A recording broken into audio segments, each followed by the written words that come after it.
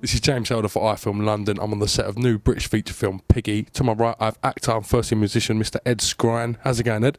Very good, mate. Nice one. Glad to meet you. Firstly, what can you tell us about your character in Piggy? My character's Jamie. He's a real nasty piece of work. He's the leader of a gang that sets up a horrible incident that leads to a lot more horrible incidents. Keeping it mystic, yeah. You'll have to see, you know. What was it like getting into this kind of character? Well, surprisingly, I always get cast as horrible cunt. No, it was all right. I mean, the vision that Kieran's got, the director, when I spoke to him on the phone, just came through. The synopsis and the script are so well together and just so clear that it was very straightforward, actually. And I had to sit down and think about a couple of background stories that have got nothing to do with the film that no one's ever going to find out about to get into character. But generally, it was very straightforward. It was all the director's vision just brought it all through, you know. Fantastic. What has Kieran Hawkes' direction been like towards yourself?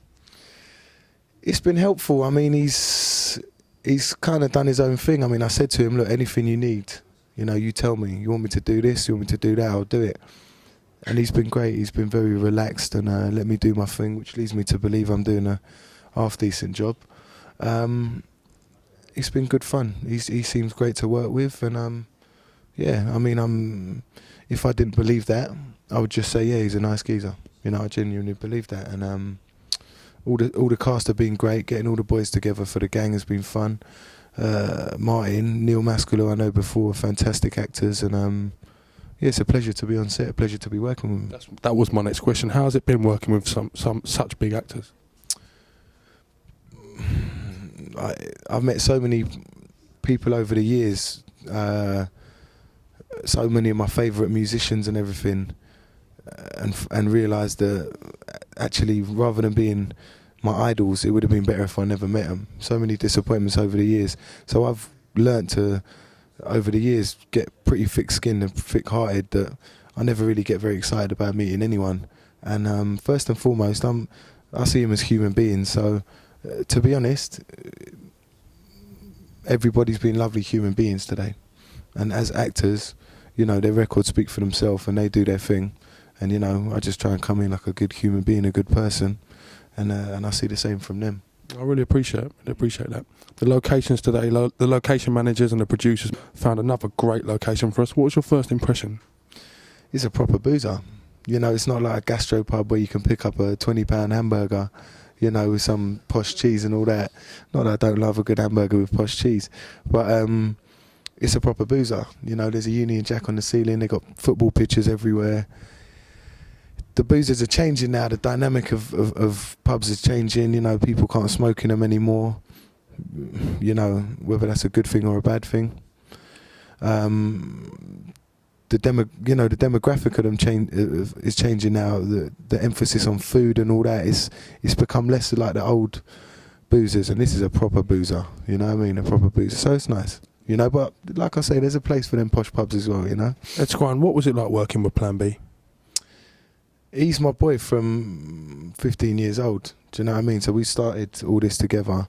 So, I mean, he lived with me for 6 months. Did he really? Yeah, and it's not what it's like working with Plan B. It's what it's like living with his fucking cat.